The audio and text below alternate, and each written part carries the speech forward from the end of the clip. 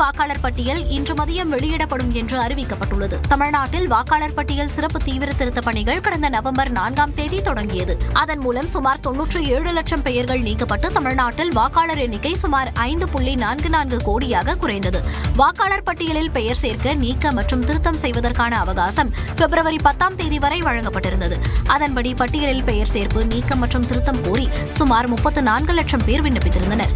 இந்த விண்ணப்பங்களை வாக்காளர் பதிவு அலுவலர்கள் மூலம் சரி செய்யும் பணி நிறைவடைந்தது. இந்நிலையில் இறுதி வாக்காளர் பட்டியல் இன்று மதியம் 2:30 மணிக்கு வெளியிடப்படும் என தெரிவிக்கப்பட்டுள்ளது. சென்னை தலைமைச் செயலகத்தில் தமிழ்நாடு தலைமை தேர்தல் அதிகாரி அர்ச்சனா பட்நாயக் வாக்காளர் பட்டியலை வெளியிட உள்ளார். தமிழகத்தில் 5,65 லட்சம் என்ற அளவில் வாக்காளர்களின் எண்ணிக்கை இருக்கக்கூடும் என கணிக்கப்பட்டுள்ளது. தென்காசி, விருதுநகர், தூத்துக்குடி, கன்னியாகுமரி ஆகிய மாவட்டங்களில் கடந்த சில நாட்களாக வெயில் வாட்டி வதைத்த நிலையில் திடீர் மழையால் குளிர்ச்சியான சூழல் நிலவியது. தென்காசியின் மேலகரம், குற்றாலம், சிந்தாமணி, இளஞ்சி, வல்லம், செங்கோட்டை, கடையநல்லூர், வடகரை, அச்சன்புதூர் உள்ளிட்ட பகுதிகளில் நேற்று சுமார் அரை மணி நேரமாக கனமழை பெய்தது.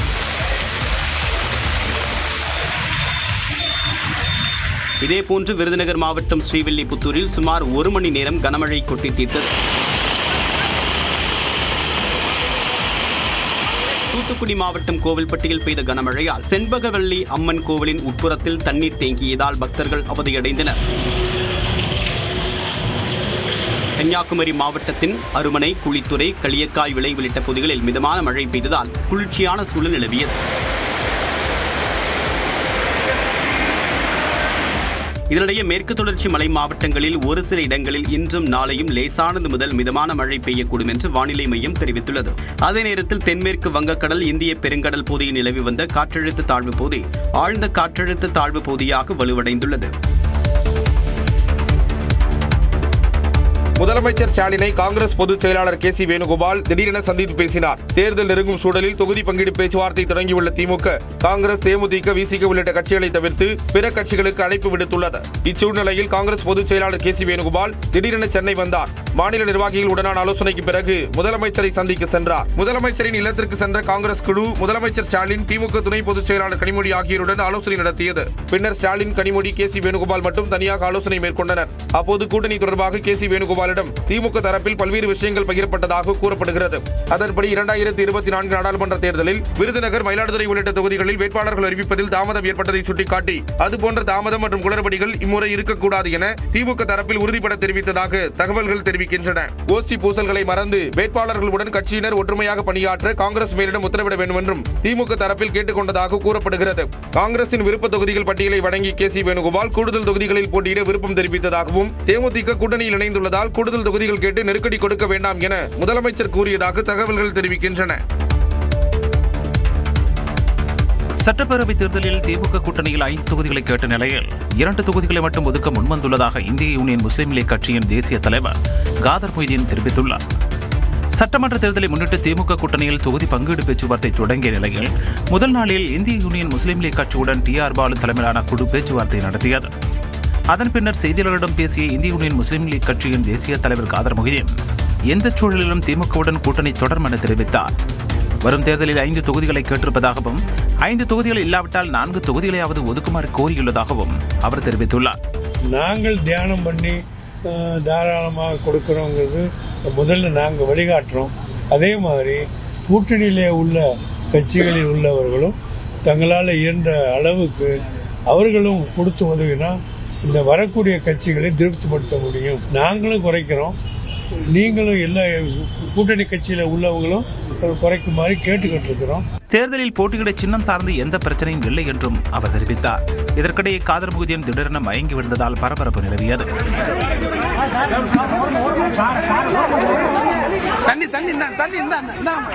அவருக்கு மருத்துவர்கள் முதலுதவி சிகிச்சை அளித்தனர்.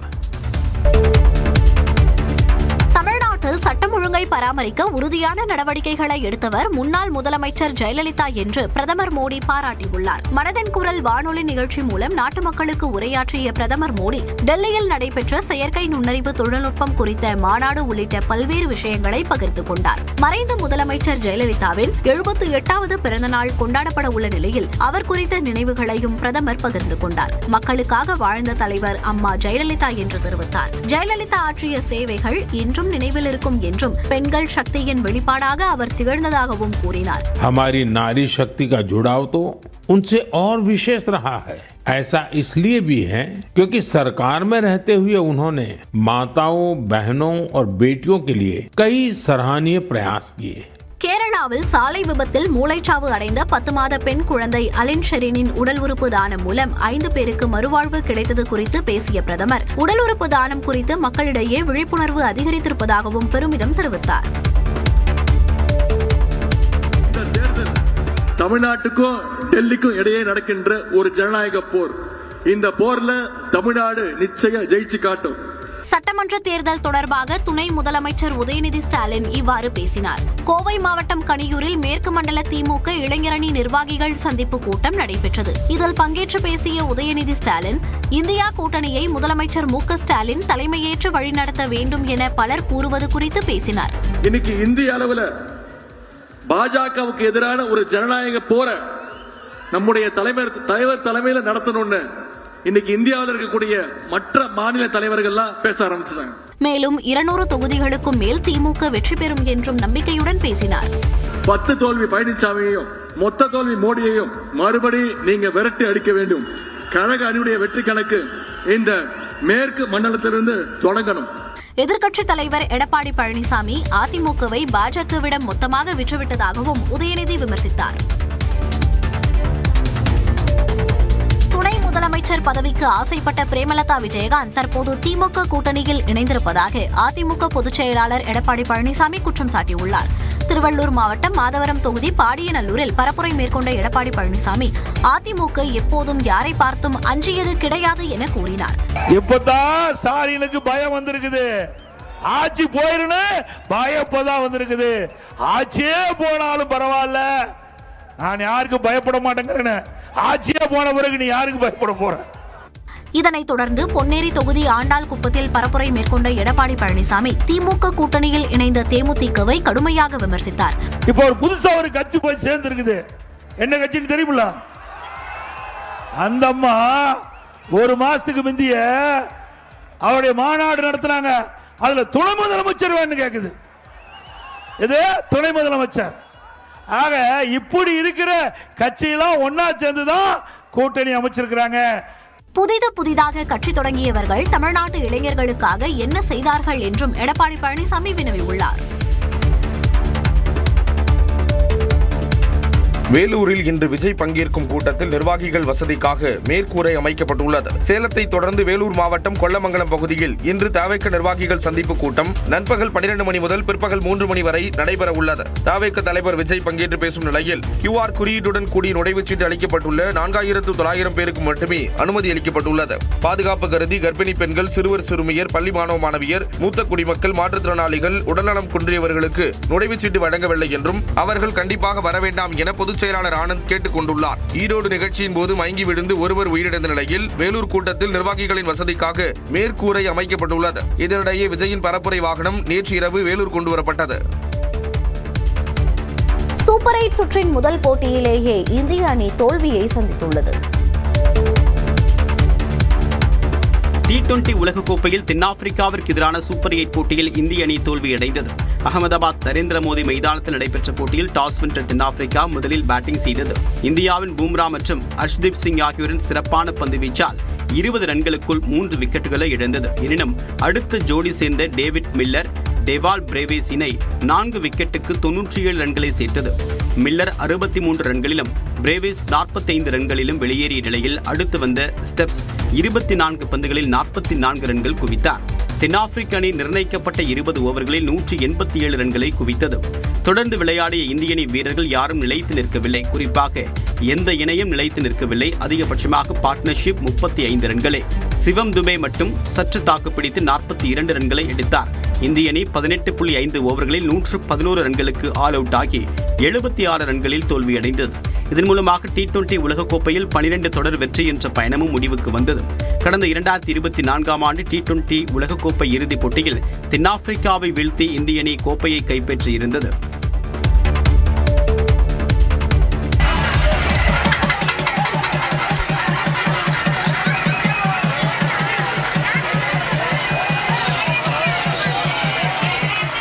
சென்னை மதுரவாயலில் ஒரே நேரத்தில் 67 ஜோடிகளுக்கு 60வது ஆண்டு திருமணம் கோலாகலமாக நடந்தேறிய காட்சிகள் தான் இவை. மார்க்க சகாய ஈஸ்வரர் கோயிலில் இந்த சஷ்டிய பூர்த்தி விழா நடைபெற்றது. உயர்நீதிமன்ற நீதிபதி தண்டபாணி மூத்த தம்பதிகளை வாழ்த்தினார். அதேபோன்று நடிகர் ராமராஜன், மதுரவாயல் சட்டமன்ற உறுப்பினர் காரப்பாக்கம் கணபதி உள்ளிட்டோரும் நிகழ்ச்சியில் பங்கேற்றனர்.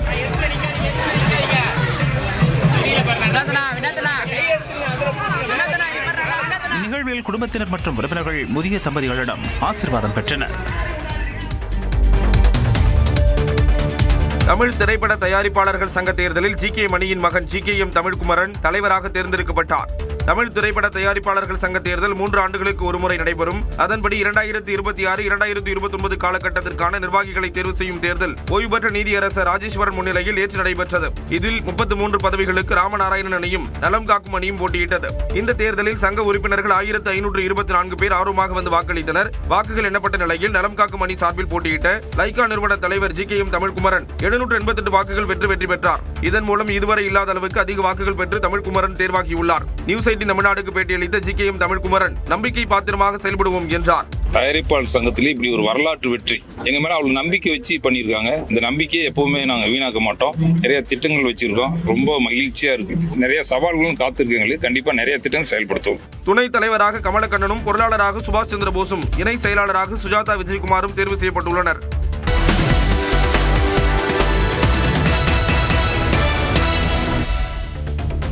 முக்கியமான மாவட்ட செய்திகளை விரைவுச் செய்திகளாக பார்க்கலாம்.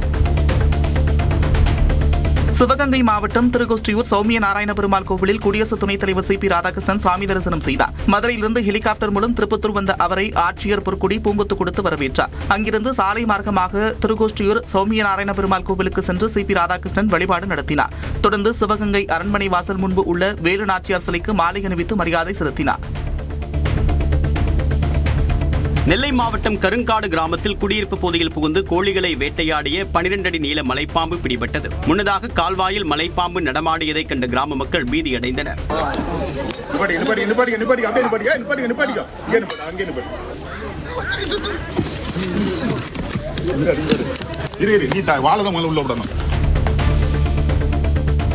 கோவை மாவட்டம் ஆழியார் அணையில் தடை செய்யப்பட்ட பகுதிக்கு பள்ளி மாணவர்களை அழைத்து சென்ற ஆசிரியர்களுக்கு அறிவுரை வழங்கி காவல்துறையினர் வெளியேற்றினர். நாமக்கல் மாவட்டத்திலிருந்து 300க்கும் மேற்பட்ட மாணவர்கள் ஆசிரியர்களுடன் ஆழியார் அணைக்கு சுற்றுலா வந்தனர். அவர்கள் தடை செய்யப்பட்ட பகுதிக்கு சென்று புகைப்படம் எடுத்ததுடன் அங்கும் இங்கும் ஓடி விளையாடிக் கொண்டிருந்தனர். ரோந்து பணியில் இருந்த காவல்துறையினர் அவர்களை எச்சரித்து அந்த பகுதியிலிருந்து வெளியேற்றினர். ஈரோடு தாளவாடி அருகே முதியனூரில் உடல்நலம் குன்றிய 35 வயது பெண் யானைக்கு சிகிச்சை அளிப்பதில் வனத்துறையினர் அலட்சியம் காட்டுவதாக குற்றச்சாட்டு எழுந்துள்ளது. 3வது நாளாக கால்நடை மருத்துவர்கள் குளுக்கோஸ் மற்றும் உணவுகள் வழங்கி சிகிச்சை அளித்தும் யானையின் உடல்நிலை தேரவில்லை. கிரேன் மூலமாக யானையை வேறு இடத்திற்கு மாற்றக்கூடிய நடவடிக்கையை மெத்தனமாக மேற்கொண்டதாக சமூக ஆர்வலர்கள் குற்றம் சாட்டினர். திருப்பூர் கோவில்வழி பேருந்து நிலையத்தில் தேனிக்கு 4 மணி நேரமாக பேருந்துகள் இயக்கப்படாதை கண்டித்து பொதுமக்கள் திடீர் சாலை மறியல் போராட்டத்தில் ஈடுபட்டனர். சுப முகூர்த்த தினத்தை ஒட்டி ஏராளமான பயணிகள் திரண்ட நிலையில் போதிய பேருந்து வசதி இல்லாததால் காத்திருந்து அவதியடைந்தனர். காவல்துறையினர் பேச்சுவார்த்தை நடத்தி உடனடியாக கூடுதல் பேருந்துகளை வரவழைத்து நிலைமையை சரி செய்தனர்.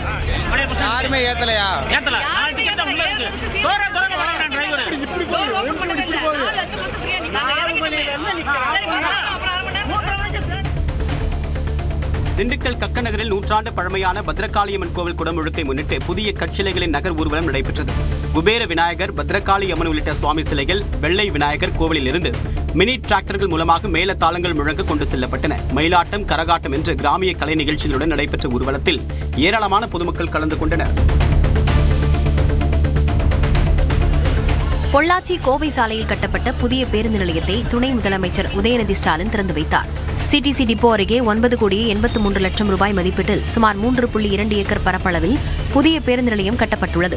இதனை திறந்து வைத்த துணை முதலமைச்சர் 38 ஊரக குடியிருப்புகளுக்கு கூட்டு குடிநீர் திட்டத்தின் மறுசீரமைப்பு பணியையும் தொடங்கி வைத்தார். பொள்ளாச்சி காந்தி சாலை பகுதியிலிருந்து பல்லடம் சாலை இணைப்பு வரை புதிய சாலைக்கு தொழிலதிபர் நா. மகாலிங்கம் பெயரை சூட்டினார். தேசிய ஜனநாயக கூட்டணியின் 2வது பொதுக்கூட்டம் நடைபெறவுள்ள மதுரை விமான நிலையம் அருகே மண்டேலா நகரில் ஆட்சியர் ஆய்வு செய்தார். மார்ச் 1ஆம் தேதி நடைபெறவுள்ள கூட்டத்தில் பிரதமர் நரேந்திர மோடி பங்கேற்க உள்ளார். இந்த கூட்டத்திற்காக 220 ஏக்கர் பரப்பளவில் இடம் தேர்வு செய்யப்பட்டு மேடை, வாகன நிறுத்தம் அமைக்கப்படுகிறது. இந்த பகுதியில் ஆட்சியர் பிரவீன்குமார், மாநகர காவல் ஆணையாளர் லோகநாதன், மாவட்ட காவல் கண்காணிப்பாளர் அரவிந்தன் ஆய்வு செய்தனர். புதுச்சேரி வெம்பாக்கீரபாளையம் மீனவ கிராமத்தில் புகழ்பெற்ற அங்காளம்மன் கோவில் 13வது ஆண்டு மயான கொள்ளை விழா வெகு விமர்சையாக நடைபெற்றது. மத நல்லிணக்கத்திற்கு சான்றாக அதே பகுதியை சேர்ந்த இந்து, இஸ்லாமிய மற்றும் கிறிஸ்துவ இளைஞர்கள் ஒன்றிணைந்து 5வது ஆண்டாக பக்தர்களுக்கு அன்னதானம் வழங்கினர். புதுச்சேரியின் சகோதரத்துவத்தை பறைசாற்றக்கூடிய இந்த நிகழ்ச்சியான நிகழ்வு அந்த பகுதி மக்களிடையே பெரும் வரவேற்பை பெற்றுள்ளது. தஞ்சை மாவட்டத்தில் மாடு மேய்க்க சென்ற மூதாட்டியை முதலை கடித்த சம்பவம் அதிர்ச்சியை ஏற்படுத்தியுள்ளது.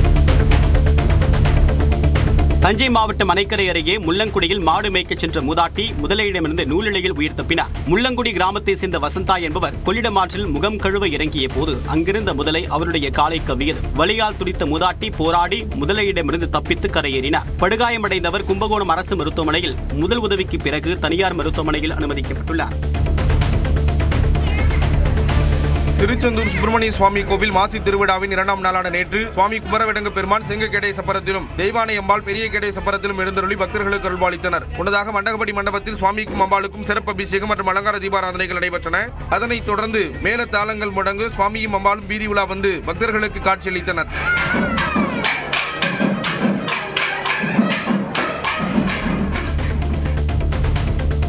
கோவை கணவாய் அருகே பன்னிமலை பகுதியில் விஷப்பாம்பு கடித்து விவசாயி உயிரிழந்தார். 50 வயதான துரைராஜ் என்பவர் வழக்கம் போல மாட்டிற்கு தண்ணீர் வைக்க தோப்பிற்கு சென்றபோது அங்கு பதுங்கியிருந்த பாம்பு காலில் கடித்துள்ளது. சிறிது நேரத்தில் சுயநினைவை இழந்த துரைராஜுக்கு அருகே உள்ள தனியார் மருத்துவமனையில் முதலுதவி அளிக்கப்பட்டது. பின்னர் மேல் சிகிச்சைக்கு கொண்டு செல்லும் வழியில் அவர் உயிரிழந்தார். தூத்துக்குடி மாவட்டம் சிங்கிலிப்பட்டியில் வீரபாண்டிய கட்டபொம்மனின் 267வது பிறந்தநாளை ஒட்டி மாட்டு வண்டி பந்தயம் நடைபெற்றது. சின்ன மாடு, பூஞ்சிட்டு என்று இரு பிரிவுகளாக நடைபெற்ற போட்டியில் 30க்கும் மேற்பட்ட ஜோடி மாடுகள் சீறி பாய்ந்தன. சாலையின் இருபுறமும் திரண்ட பொதுமக்கள் இதனை உற்சாகமாக ரசித்தனர்.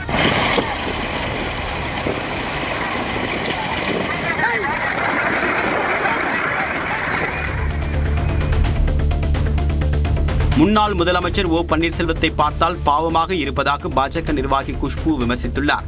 சென்னை விமான நிலையத்தில் செய்தியாளர்களிடம் பேசியவர் தன்னை யாராவது சேர்த்துக் கொள்வார்களா என்று ஓபிஎஸ் முயற்சித்து வருவதாக கூறினார். இல்ல, அவர் பாவம், அவர் நினைச்சதா கொஞ்சம் கஷ்டமா இருக்கு. இங்கேயும் இல்லை அங்கேயும் இல்லாம அவர் எங்கேயாவது யாராவது எங்களை சேர்த்துக்குவாங்கன்னா அவர் முயற்சி பண்ணிட்டு இருக்கிறாரு. நாமக்கல் மாவட்டம் காளிப்பட்டி அருகே கொத்தடிமையாக பணியாற்றி வந்த ஆதரவற்ற மனநலம் பாதிக்கப்பட்ட இளைஞர் மீட்கப்பட்டார். சின்ன பூசாரி காடு பகுதியில் கந்தசாமி என்பவர் தனது விவசாய பணிக்கு அதே பகுதியைச் சேர்ந்த ஆதரவற்ற கௌதம் என்ற இளைஞரை 12 ஆண்டுகளாக கொத்தடிமையாக வேலை வாங்கியுள்ளார். தகவல் அறிந்த சமூக ஆர்வலர்கள் உடலில் காயங்களுடன் இருந்த அவரை மீட்ட நிலையில் காவல்துறையினர் மருத்துவமனையில் அனுமதித்தனர். நாகப்பட்டினம் மாவட்டம் வலிவலத்தில் அமைந்திருக்கூடிய தோப்படி சக்தி மகா காளியம்மன் ஆலய மகா குடமுழுக்கு விமர்சையாக நடைபெற்றது. 20 ஆண்டுகளுக்கு பிறகு நடைபெற்ற இந்த விழாவில் 4 கால யாகசாலை பூஜைகள் நிறைவு பெற்று 33 அடி உயர ராஜகோபுர கலசங்களுக்கு புனித நீர் ஊற்றப்பட்டது. ஓம் சக்தி கோஷத்துடன் ஆயிரக்கணக்கான பக்தர்கள் கலந்து கொண்டு சுவாமி தரிசனம் செய்தனர்.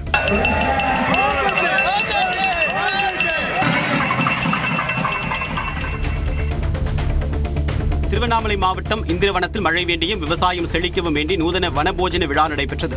கிராம மக்கள் அனைவரும் அதிகாலையிலேயே பாய் தலையணைகளுடன் குடும்பத்தினர் மற்றும் தங்கள் ஆடு மாடுகளையும் அழைத்துக் கொண்டு குளக்கரையில் குடியேறினர். அங்கு உற்சவர் அம்மன்களுக்கு பொங்கலிடப்பட்டு படையிலிட்டு நாள் முழுவதுமாக பாட்டு பாடி மகிழ்ச்சியாக கொண்டாடினர்.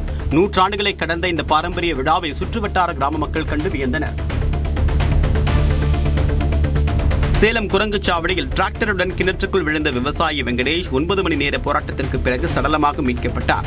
கற்கள் ஏற்றிக்கொண்டு வந்தபோது டிராக்டர் கட்டுப்பாட்டை இழந்து கிணற்றுக்குள் கவிழ்ந்தது. டிராக்டர் இன்ஜின் ஆயிலால் தண்ணீர் மாசடைந்ததால் மீட்புப் பணியில் தாமதம் ஏற்பட்ட நிலையில் தீயணைப்புத் துறையினர் தண்ணீரை முழுமையாக வெளியேற்றி உடலை மீட்டனர். கோவில்பட்டியில் கனமழை பெய்த நிலையில் செண்பகவல்லியம்மன் கோயிலுக்குள் நீர் புகுந்தது. தூத்துக்குடி மாவட்டம் கோவில்பட்டி மற்றும் சுற்றுவட்டார பகுதிகளில் வெயிலின் தாக்கம் நீடித்த நிலையில் மாலையில் பலத்த மழை பெய்தது. இந்த மழையால் வெப்பம் தணிந்து குளிர்ச்சியான சூழல் நிலவியது. இதனிடையே புகழ்பெற்ற செண்பகவல்லி அம்மன் கோவில் உட்பிரகாரத்தில் மழைநீர் குளம் போல் தேங்கியது. கடந்த மாதம்தான் குடமுழுக்கு நடைபெற்ற நிலையில் நீர் வெளியேற வழியின்றி தேங்கியதால் பக்தர்கள் கடும் அதிர்ச்சியடைந்தனர். மதுரை திருச்சி தேசிய நெடுஞ்சாலையில் கல்லுப்பட்டி மேம்பாலம் அருகே இருசக்கர வாகனம் சாலையோர தடுப்பு சுவர் மீது மோதி 2 பெண்கள் பலத்த காயமடைந்த சிசிடிவி காட்சி வெளியாகியுள்ளது.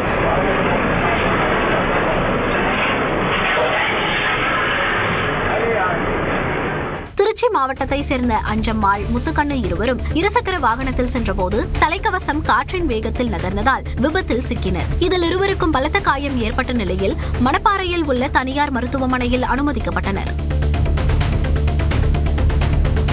நாகை மற்றும் காரைக்கால் மாவட்டங்களில் கூடுதல் ரயில்களை இயக்க கோரி போராட்டங்கள் வெடித்த நிலையில் திருச்சி கோட்ட மேலாளர் பாலக் ராம் நெகி நேரில் ஆய்வு நடத்தினார். நாகை, வேளாங்கண்ணி, காரைக்கால் மற்றும் பேரளம் ரயில் நிலையங்களுக்கு சென்றவர் பயணிகள் வசதி மற்றும் சரக்கு கையாளக்கூடிய முறை குறித்து அதிகாரிகளுடன் ஆலோசனை மேற்கொண்டார். காரைக்கால், பேரளம் புதிய வழித்தடத்தில் ரயில்களை இயக்குவது உள்ளிட்ட கோரிக்கைகள் குறித்து ஆய்வு செய்த மேலாளர் இது தொடர்பாக தெற்கு ரயில்வேக்கு அறிக்கை அளிக்க இருப்பதாக கூறப்படுகிறது.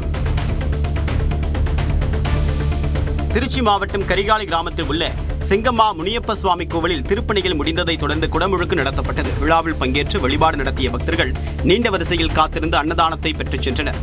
நெல்லை மாவட்டம் பனகுடி அருள்மிகு ஸ்ரீ ராமலிங்க சுவாமி உடனுரை சிவகாமி அம்பாள் ஸ்ரீ நம்பி சிங்க பெருமாள் கோவிலிலும் 17 ஆண்டுகளுக்கு பிறகு குடமுழுக்கு விழா நடத்தப்பட்டது. அரியலூர் மாவட்டம் பூண்டி கிராமத்தில் ஜல்லிக்கட்டு போட்டி விறுவிறுப்பாக நடைபெற்றது. பல்வேறு மாவட்டங்களிலிருந்து அழைத்து வரப்பட்ட 750க்கும் மேற்பட்ட காளைகள் வாடிவாசலில் சீறி பாய்ந்து வந்தன. இந்த காளைகளை 300க்கும் மேற்பட்ட மாடுபிடி வீரர்கள் போட்டி போட்டுக் கொண்டு அடக்கினர். இதில் அடங்காத காளைகளின் உரிமையாளர்கள் அடக்கிய வீரர்களுக்கு ரொக்கப்பரிசு, டேபிள், பீரோ, கட்டில், சைக்கிள் உள்ளிட்டவை பரிசாக வழங்கப்பட்டது.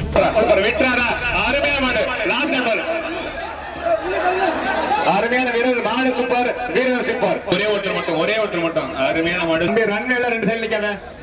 அருமையான மாடு, சூப்பர் மாடு, மாடு சூப்பர், வீரர் சூப்பர். தம்பி நல்லா கட்டு தம்பி, செல்லாது. விட்டுறாத தம்பி, விட்டுறாத 10. கன்னியாகுமரி மாவட்டம் நித்திரவிளை அருகே கந்துவட்டி கொடுமையால் வீடு ஒன்று ஜேசிபி இயந்திரம் கொண்டு இடித்து தரைமட்டமாக்கப்பட்ட சம்பவம் அதிர்ச்சியை ஏற்படுத்தியுள்ளது. கலிங்கராஜபுரத்தை சேர்ந்த ஷர்மிளா தனது கணவர் வெளிநாடு செல்வதற்காக வாங்கிய கடனை வட்டியுடன் திருப்பி செலுத்தி விட்டதாக கூறப்படுகிறது. ஆனாலும் கடன் கொடுத்த பாபு கூடுதல் பணம் கேட்டு மிரட்டியதாக சொல்லப்படுகிறது. இந்த நிலையில் ஷர்மிளா குடும்பத்துடன் திருமண நிகழ்விற்கு சென்றிருந்த போது 25க்கும் மேற்பட்ட அடியாட்களுடன் வந்த பாபு வீட்டை இடித்து சூறையாடியதாக கூறப்படுகிறது. தற்போது 2 குழந்தைகளுடன் நிர்கதியாக நிற்கும் ஷர்மிளா தந்த புகாரின் பேரில் காவல்துறையினர் விசாரணை நடத்தி வருகின்றனர். சிவகங்கை மாவட்டம் மானாமதுரை ஆனந்தவல்லி சோமநாதர் கோயில் தேர் சக்கரத்தில் சிக்கி ஒருவர் பலத்த காயமடைந்தார். சோமநாதர் சுவாமிக்கு செய்யப்பட்ட புதிய தேரின் வெள்ளோட்டத்தில் ஆயிரக்கணக்கான பக்தர்கள் பங்கேற்று தேரை வடம் பிடித்து இழுத்துச் சென்றனர். 2வது விதியில் தேர் வரும்போது கூட்டத்தில் பக்தர் ஒருவரின் கால்கள் சக்கரத்தில் சிக்கிக் கொண்டன. இதில் பலத்த காயமடைந்த அவர் ஆம்புலன்ஸ் மூலம் மானாமதுரை அரசு மருத்துவமனைக்கு அனுப்பப்பட்டார். தருமபுரி மாவட்டம் பாலக்கோடு அருகே காவாப்பட்டி கிராமத்தில் ஒரு தம்பதி வீட்டில் மதுபானங்களை பதுக்கி வைத்து 24 மணி நேரமும் கள்ளத்தனமாக விற்பனை செய்வதாக குற்றச்சாட்டு எழுந்தது. ஜம்பேரி மீனா தம்பதி அதிக விலைக்கு மது விற்பனை செய்யும் வீடியோவும் வெளியாகியுள்ளது. தூத்துக்குடி அருகே காதணி விழா நிகழ்ச்சியில் ஏற்பட்ட மோதலில் ஒருவர் வெட்டி படுகொலை செய்யப்பட்டார். இருக்கன்குடியில் நடைபெற்ற விழாவின் போது போதையில் இருந்த பெரியநாயகம் என்பவருக்கு தனியாக உணவு வழங்கியதை எதிர்த்த முனியசாமி உட்பட 2 அவரை வெட்டிவிட்டு தப்பி ஓடினர். காவல்துறையினர் உடலை கைப்பற்றி கொலையாளிகளை தேடி வருகின்றனர். பெண் குழந்தைகள் பாதுகாப்பை வலியுறுத்தி சிவகாசியில் தொடர்ந்து 1 மணி நேரம் சிலம்பம் சுற்றி மாணவர்கள் விழிப்புணர்வு ஏற்படுத்தினர். சர்வதேச தாய்மொழி தினம் மற்றும் பெண் குழந்தைகள் பாதுகாப்பை வலியுறுத்தி விருதுநகர் மாவட்டம் சிவகாசியில் தொடர்ந்து 1 மணி நேரம் சிலம்பம் சுற்றி பள்ளி கல்லூரி மாணவர்கள் விழிப்புணர்வு ஏற்படுத்தினர். 200க்கும் மேற்பட்டோர் வரிசையாக அணிவகுத்து நின்று இடைவிடாத 2 கைகளிலும் மாறி மாறி சிலம்பம் சுற்றி அசத்தினர்.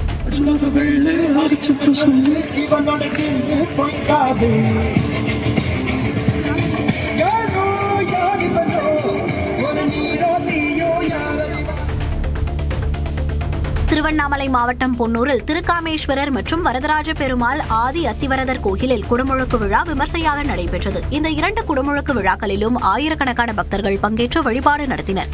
இதேபோன்று தேனி மாவட்டம் கண்டமனூரில் உள்ள மகா காளியம்மன் கோயிலிலும் குடமுழுக்கு விழா நடந்தது. 7 நிலைகள் கொண்ட 72 அடி உயர கோபுரத்திற்கு புனித நீர் ஊற்றி குடமுழுக்கு செய்யப்பட்டது. மயிலாடுதுறை மாவட்டம் குத்தாலம் பேருந்து நிலையத்திலிருந்து காரைக்காலுக்கு புதிய மகளிர் விடியல் பேருந்து சேவையை பூம்புகார் எம்எல்ஏ நிவேதா முருகன் தொடங்கி வைத்தார். தேரழுந்தூர் கோமல் வழியாக இயக்கப்பட உள்ள இந்த புதிய பேருந்து சேவையை ரிப்பன் வெட்டி தொடங்கி வைத்த எம்எல்ஏ தானே ஓட்டுநர் இருக்கையில் அமர்ந்து பேருந்தை இயக்கிச் சென்றார்.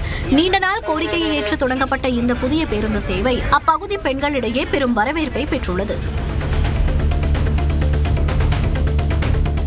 விருதுநகர் மாவட்டம் காரியாபட்டி அருகே ஆவியூரில் பெரிய கருப்பண்ணசாமி கோயில் திருவிழாவையொட்டி ஜல்லிக்கட்டு போட்டி நடைபெற்றது. வாடிவாசல் வழியே சீறி பாய்ந்த 600 காளைகளை 300 மாடுபிடி வீரர்கள் அடக்க முயன்றதை பொதுமக்கள் கண்டு ரசித்தனர்.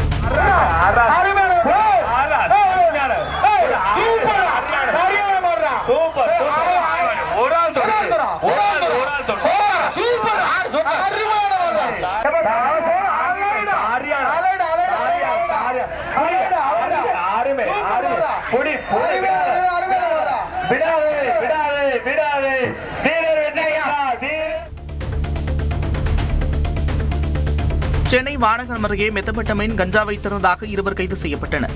ரகசிய தகவலின் அடிப்படையில் ரோந்து சென்ற காவல்துறையினர் மதுரவாயில் பைபாஸ் சர்வீஸ் சாலையில் சந்தேகத்திற்கிடமான வகையில் நின்றிருந்த 2 பிடித்து விசாரித்தனர். அப்போது வியாசர்பாடியைச் சேர்ந்த தினேஷ், கொரட்டூரைச் சேர்ந்த மெக்லின் ஆகிய 2 18 கிராம் மெத்தப்பட்டமைன் மற்றும் 100 கிராம் ஓஜி ரக கஞ்சா வைத்திருந்தது தெரியவந்தது. இதனையடுத்து அவற்றை பறிமுதல் செய்த காவல்துறையினர் 2 கைது செய்தனர். நெல்லை மாவட்டம் பாபநாசம் அருகே உள்ள சொரிமுத்து ஐயனார் கோவிலில் மொட்டையடிக்க நபர் ஒருவருக்கு 400 ரூபாய் கட்டாய வசூல் செய்வதாக பக்தர் வெளியிட்ட வீடியோவால் பரபரப்பு ஏற்பட்டுள்ளது. கஜமுத்து என்பவர் கடந்த 18ஆம் தேதி தனக்கும் தன்னுடைய பேரன் உட்பட 3 பேருக்கு முடி காணிக்கை செலுத்தியதாக வீடியோவில் பகிர்ந்துள்ளார். என் மகனுக்கு எனக்கு 3 பேர்த்துக்கு 3 மொட்டை போட்டோம். போட்டதுக்கு மொட்டை போட்டவர் வந்து கோபாலுங்கிறவர் 3 பேர் மொட்டைக்கு 800 ரூபா வாங்கிக்கிட்டாரு. அப்போ 800 ரூபா எதுக்குன்னு கேட்டதுனால ஒரு மொட்டைக்கு 400 ரூபா வேணும்னு வலுக்கட்டாயமாக வாங்குறாரு. இதுக்கு எங்களுக்கு நடவடிக்கை எடுக்கணும், இல்லைன்னா நான் மேல்முறையீடு செய்ய போகிறேன். திருப்பத்தூர் மாவட்டம் ஆம்பூர் அருகே வனவிலங்குகளை வேட்டையாட பதுக்கி வைக்கப்பட்டிருந்த 4 நாட்டு துப்பாக்கிகள் மற்றும் 14 நாட்டு வெடிகுண்டுகளை காவல்துறையினர் அதிரடியாக பறிமுதல் செய்தனர். ரகசிய தகவலின் பேரில் கம்பிக்கொள்ளை பகுதியில் உள்ள சத்யநாதன் என்பவரது வீட்டில் சோதனை நடத்திய காவலர்கள் அங்கிருந்த டார்ச் லைட்டுகள் மற்றும் வெடிமருந்துகளை கைப்பற்றினர். தப்பி ஓடிய சத்யநாதனை தனிப்படை அமைத்து தீவிரமாக தேடி வருகின்றனர். புதுக்கோட்டை மாவட்டம் திருவப்பூரில் உள்ள முத்துமாரியம்மன் கோயிலில் மாசி பெருந்திருவிழா வெகு விமர்சையாக நடைபெற்றது. பூச்செறிதல் விழாவையொட்டி மாவட்டத்தின் பல்வேறு பகுதிகளிலிருந்து பக்தர்கள் பால்குடம் சுமந்து வந்தனர். மேலும் பலர் காவடி சுமந்தும் காவடி எடுத்து அலகு குத்தியும் நேர்த்திக்கடன் செலுத்தினர்.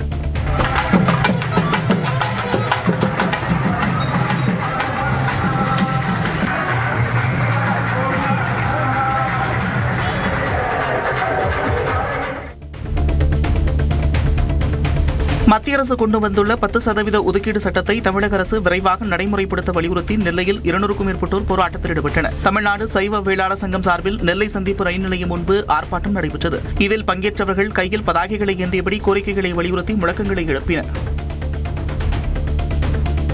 நாமக்கல் மாவட்டம் ராசிபுரம் அருகே குடியிருப்பு பகுதியில் இருந்த 4 அடி நீளம் கொண்ட கட்டுவிரியன் பாம்பு உயிருடன் பிடிபட்டது. புதுப்பாளையத்தைச் சேர்ந்த பாஸ்கர் என்பவர் வீட்டு பின்புறம் பாம்பு இருப்பதாக தீயணைப்பு வீரர்களுக்கு தகவல் கொடுத்திருக்கிறார். அவர்கள் வந்து அரை மணி நேரம் போராடி தகர சீட்டின் கீழ் பதுங்கியிருந்த 4 அடி நீளம் கொண்ட கட்டுவிரியன் பாம்பை பிடித்து போதைமலை வனப்பகுதியில் விட்டனர். சென்னை உத்தண்டி அருகே கடற்கரையில் குளித்த 2 ஐடி ஊழியர்களில் ஒருவர் மாயமான நிலையில் பெண் ஒருவர் உயிரிழந்தார். சிறுசேரி சிப்காட்டில் சிடிஎஸ் நிறுவனத்தில் பணியாற்றி வரும் 30 பேர் ஐனார்குப்பம் கடற்கரை பகுதியில் கடலில் குளித்து விளையாடிக் கொண்டிருந்தனர். அப்போது மகாராஷ்டிராவைச் சேர்ந்த ஜெய் என்ற இளைஞரும் மயூரி என்ற பெண்ணும் கடலில் இழுத்துச் செல்லப்பட்டனர். இதையடுத்து மயூரி மீட்கப்பட்ட நிலையில் அவர் மருத்துவமனைக்கு கொண்டு செல்லும் வழியில் உயிரிழந்தார். இந்நிலையில் மாயமான ஜெய் என்ற இளைஞரை தேடும் பணி நடைபெற்று வருகிறது. புதுச்சேரி உழவர் சந்தையில் புகுந்த 6 அடி நீள சாரை பாம்பை வனத்துறையினர் பாதுகாப்பாக மீட்டனர். புதுச்சேரி பழைய பேருந்து நிலையம் அருகே உள்ள உழவர் சந்தையில் உள்ள கடை ஒன்றில் 6 அடி நீள சாரை பாம்பு இருந்ததைக் கண்டு வியாபாரி கூச்சலிட்டார். இதையடுத்து சம்பவ இடத்திற்கு விரைந்த வனத்துறையினர் அரை மணி நேர தேடுதலுக்கு பிறகு 6 அடி நீள சாரை பாம்பை பிடித்தனர்.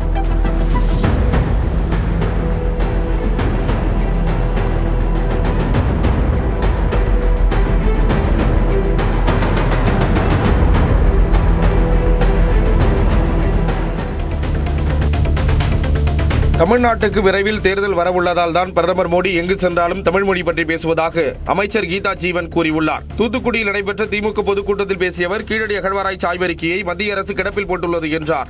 தமிழர் நாகரிகம் இவ்வளவு பழமை வாய்ந்தது அந்த காலத்தில் இருந்து என்று சரியான ஆய்வறிக்கை ஆராய்ச்சி எல்லாம் பண்ணி முடிவுகளை நம்ம மத்திய அரசுக்கு அனுப்பியிருக்கோம். கிடப்பில போட்டு வச்சிருக்காங்க, அவருக்கு மனசு இல்லை. தூத்துக்குடி மாவட்டம் கோரம்பள்ளம் அருகே கோயில் திருவிழாவில் ஏற்பட்ட முன்விரோதத்தால் இளைஞர் வெட்டி கொலை செய்யப்பட்டார். தெற்கு காளாங்கரையைச் சேர்ந்த பெரியநாயகம் என்பவர் ஈரால் பகுதி அருகே வாகனத்தில் தூங்கிக் கொண்டிருந்த போது அங்கு வந்த மர்ம நபர்கள் அவரை வெட்டி கொலை செய்தனர். இது தொடர்பாக காவலர்கள் நடத்திய முதற்கட்ட விசாரணையில் கோயில் திருவிழாவில் ஏற்பட்ட முன்விரோதத்தால் அவர் கொலை செய்யப்பட்டது தெரியவந்தது. சேலம் ஈரடுக்கு மேம்பாலத்தில் இருசக்கர வாகனங்கள் நேருக்கு நேர் மோதிய விபத்தில் ஒருவர் உயிரிழந்தார். சேலம் ஈரடுக்கு மேம்பாலத்தில் இருசக்கர வாகனங்கள் நேருக்கு நேர் மோதியதில் ஒருவர் உயிரிழந்த நிலையில் இருவர் படுகாயமடைந்தனர். அப்சரா இறக்கம் பகுதியைச் சேர்ந்த பாஸ்கர் தனது அண்ணன் மகன் ராகவேந்திரனுடன் இருசக்கர வாகனத்தில் ஈரடுக்கு மேம்பாலத்தில் சென்றார். அப்போது எதிரே வந்த இருசக்கர வாகனத்தின் மீது மோதியதில் இருவரும் தூக்கி வீசப்பட்டனர். இதில் பாஸ்கரன் சம்பவ இடத்திலேயே உயிரிழந்த நிலையில் ராகவேந்திரன் மற்றும் எதிரே இருசக்கர வாகனத்தில் வந்தவர் காயமடைந்தனர். முன்னாள் முதல்வர் OPS மீது மதிப்பு வைத்துள்ளதாகவும் எந்த பக்கம் இருந்தால் அவருக்கு நல்லது என்பதை அவர்தான் முடிவு செய்ய வேண்டும் என தமிழக பாஜக தலைவர் நயினார் நாகேந்திரன் தெரிவித்துள்ளார். திருச்சியில் செய்தியாளர்களிடம் பேசிய அவர் மார்ச் 10ஆம் தேதி பிரதமர் நரேந்திர மோடி திருச்சிக்கு வருகை தர உள்ளதாக கூறினார். பிரதமர் மோடி பங்கேற்க உள்ள பொதுக்கூட்டத்திற்கான இடத்தை கூட்டணி கட்சிகளிடம் ஆலோசித்து தேர்வு செய்ய இருப்பதாக நயினார் நாகேந்திரன் கூறினார். திருவள்ளூர் மாவட்ட ஆட்சியரகத்தில் மாற்றுத்திறனாளிகள் நலத்துறை சார்பில் 338 மாற்றுத்திறனாளிகளுக்கு இணைப்பு சக்கரம் பொருத்தப்பட்ட இருசக்கர வாகனங்களை அமைச்சர் நாசர் வழங்கினார். மாவட்ட ஆட்சியர் அலுவலக கூட்டரங்கில் நடைபெற்ற விழாவில் 79 மாற்றுத்திறனாளிகளுக்கு இணைப்பு சக்கரம் பொருத்தப்பட்ட பெட்ரோல் ஸ்கூட்டர்கள், 196 மாற்றுத்திறனாளிகளுக்கு பேட்டரியால் இயங்கும் சக்கர நாற்காலிகள் வழங்கப்பட்டன.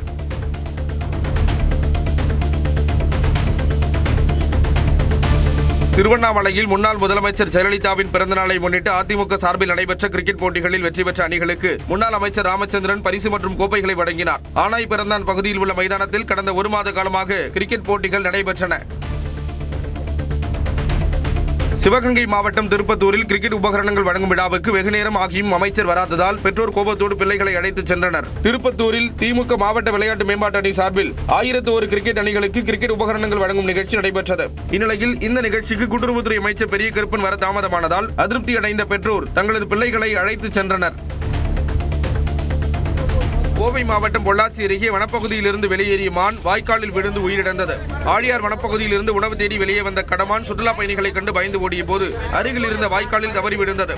இதையடுத்து சம்பவ இடத்திற்கு விரைந்த வனத்துறையினர் மானை வாய்க்காலில் இருந்து மீட்டனர். இருப்பினும் அதிக தண்ணீர் குடித்ததால் மூச்சு திணறல் ஏற்பட்டு மான் பரிதாபமாக உயிரிழந்தது.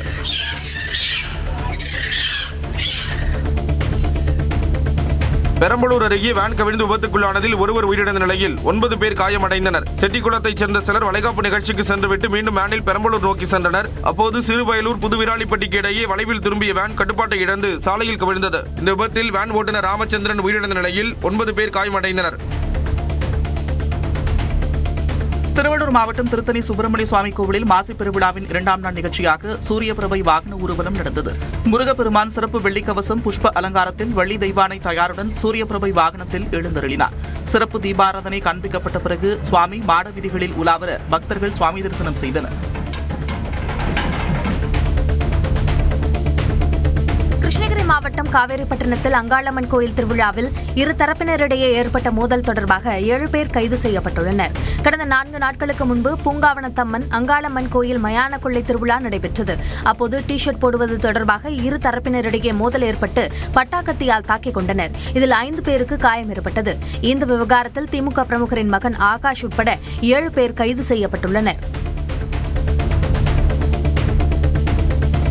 விருதுநகர் மாவட்டம் சிவகாசியில் தனியாக வசித்து வந்த மூதாட்டியை அவரது தோழியை நகை பணத்திற்காக கொலை செய்த சம்பவம் அதிர்ச்சியை ஏற்படுத்தியுள்ளது. திருமலை நாயக்கர் கிராமத்தைச் சேர்ந்த தாயாரம்மாள் என்ற மூதாட்டியை அவரது தோழியான ஜமுனா என்பவர் தலையணையால் முகத்தில் அழுத்தி கொலை செய்துவிட்டு அவர் அணிந்திருந்த 5 சவர நகைகள், 1000 ரூபாய் பணம் மற்றும் செல்போனை திருடிச் சென்றுள்ளார். இதையடுத்து ஜமுனாவை காவலர்கள் கைது செய்தனர்.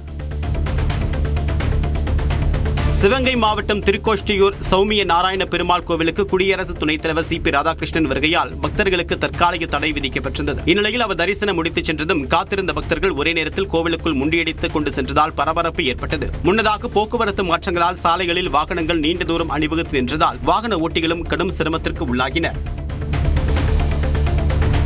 மயிலாடுதுறை அருகே உள்ள திருவாலப்புத்தூர் ரத்தினபுரீஸ்வரர் கோயிலில் குடமுழுக்கு விழா கோலாகலமாக நடைபெற்றது. கோயிலில் நடந்த திருப்பணிகள் முடிந்ததை அடுத்து கடந்த 20ஆம் தேதி தொடங்கி 4 கால யாகசாலை பூஜைகள் மகா பூர்ணாகுதி நடைபெற்றது. அதைத் தொடர்ந்து கோபுர கலசங்களுக்கு புனித நீர் ஊற்றி குடமுழுக்கு செய்யப்பட்டது. நிகழ்ச்சியில் திரளான பக்தர்கள் கலந்து கொண்டு வழிபாடு நடத்தினர்.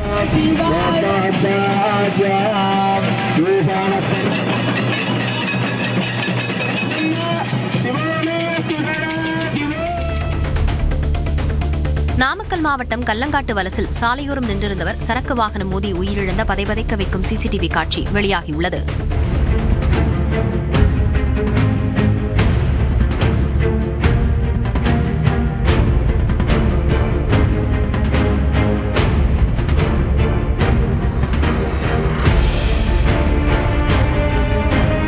சாலையோர டீ கடையில் நின்றிருந்த ஜெயக்குமார் சுரேஷ் மீது அதிவேகமாக வந்த சரக்கு வாகனம் மோதி தூக்கி வீசியது. இதில் ஜெயக்குமார் உயிரிழந்தார். சுரேஷ் பலத்த காயமடைந்தார். சரக்கு வாகன ஓட்டுநர் சந்திரபோஸ் கைது செய்யப்பட்டுள்ளார்.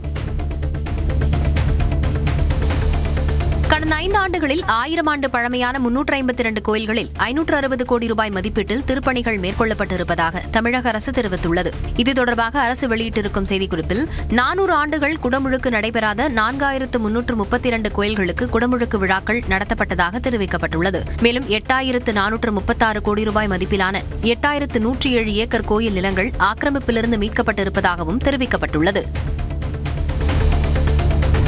நாகை மாவட்டம் வேதாரண்யம் அருகே புஷ்பவனம் கிராமத்தில் புதிய கட்டடம் கட்டுவதற்காக குழி தோண்டிய போது 3 பழமையான சிலைகள் கண்டெடுக்கப்பட்டன. சுமார் 26 கிலோ எடை கொண்ட சுமார் 3 அடி உயரமுள்ள அம்மன் சிலை மற்றும் சிவன் பார்வதி சிலைகள் மீட்கப்பட்டுள்ளன. இந்த சிலைகள் ஐம்பொன்னால் ஆனவையா அல்லது உலோக சிலைகளா என்பது குறித்து வருவாய்த்துறையினர் முதற்கட்ட ஆய்வுகளை மேற்கொண்டு வருகின்றனர். இந்த சிலைகள் குறித்து தொல்லியல் துறையினர் விரிவான ஆய்வு நடத்த உள்ளனர்.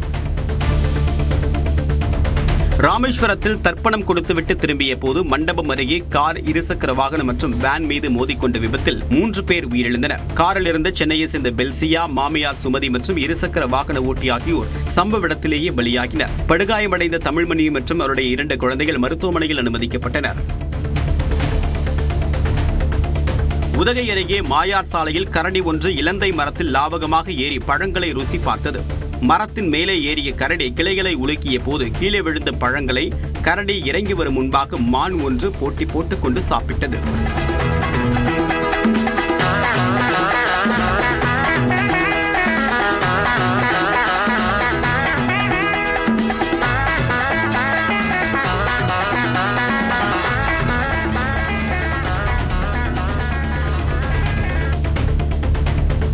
நெல்லை டவுனில் இருசக்கர வாகன விபத்தில் ஏற்பட்ட முன்விரோதம் காரணமாக ஒருவர் வீடு புகுந்து சரமாரியாக வெட்டப்பட்ட சம்பவம் பரபரப்பை ஏற்படுத்தியது. மணிகண்டன் என்பவருடன் ஏற்பட்ட மோதலில் ஆத்திரமடைந்த செல்வசூர்யா மற்றும் அவருடைய நண்பர்கள் மணிகண்டன் இல்லாததால் அவருடைய சித்தப்பா செல்வத்தை விரட்டிச் சென்று வெட்டினர். ரத்த வெள்ளத்தில் மீட்கப்பட்டவர் நெல்லை அரசு மருத்துவமனையில் தீவிர சிகிச்சை பிரிவில் அனுமதிக்கப்பட்டுள்ளார். காவல்துறையினர் விசாரணை மேற்கொண்டு வருகின்றனர். பெரம்பலூர் மாவட்டம் களத்தூர் அருகே 3 டன் ரேஷன் அரிசியை கடத்தி 2 காவல்துறையினர் கைது செய்தனர். மில்லட் நகர் பகுதியில் மினி லோடு ஆட்டோவில் அரிசி கடத்தப்படுவதாக கிடைத்த ரகசிய தகவலின் அடிப்படையில் நுண்ணறிவு பிரிவு காவலர்கள் சோதனை மேற்கொண்டனர். இதில் பசும்பலூரை சேர்ந்த பழனிமுத்து மற்றும் கலியப்பெருமாள் ஆகியோர் சிக்கினர். கடத்தலுக்கு பயன்படுத்தப்பட்ட வாகனத்தையும் 3 டன் அரிசியையும் பறிமுதல் செய்யப்பட்ட நிலையில் 2 நீதிமன்றத்தில் ஆஜர்படுத்தி சிறையில் அடைத்தனர். தருமபுரி மாவட்டம் பண்டாரசெட்டிப்பட்டியில் சொத்துக்களை பெற்றுக்கொண்டு சாப்பாடு போடாமல் விரட்டியடித்த மகனிடமிருந்து நிவாரணம் கோரி முதிய தம்பதி சாலை மறியல் போராட்டத்தில் ஈடுபட்டனர். பண்டாரசெட்டிப்பட்டியை சேர்ந்த பொன்னுசாமி, கோவிந்தம்மாள் தம்பதி 4.5 ஏக்கர் நிலத்தை மகனிடம் ஒப்படைத்த நிலையில் அவர் உணவும் தராமல் கொடுமைப்படுத்தியதாக தெரிகிறது. அதிகாரிகளிடம் புகார் அளித்தும் நடவடிக்கை இல்லாததால் ஆத்திரமடைந்த முதியவர்கள் நடுரோட்டில் கட்டிலை போட்டு அமர்ந்து மறியல் செய்தனர். வருவாய்த்துறையினர் பேச்சுவார்த்தை நடத்தி நடவடிக்கை எடுப்பதாக உறுதியளித்த பிறகே மறியல் போராட்டம் கைவிடப்பட்டது. திண்டுக்கல் மாவட்டம் முத்துநாயக்கன்பட்டியில் முதலமைச்சர் மு.க. ஸ்டாலின் பிறந்தநாளை முன்னிட்டு ரேக்லா பந்தயம் நடைபெற்றது. அமைச்சர் சக்கரபாணி போட்டியை தொடங்கி வைக்க 500க்கும் மேற்பட்ட மாட்டு வண்டிகள் சீறி பாய்ந்தோடின. இதில் வெற்றி பெற்றவர்களுக்கு முதல் பரிசாக 1 லட்சம், 2ஆம் பரிசாக 75,000, 3ஆம் பரிசாக 50,000 ரூபாயும் கோப்பைகளும் வழங்கப்பட்டன.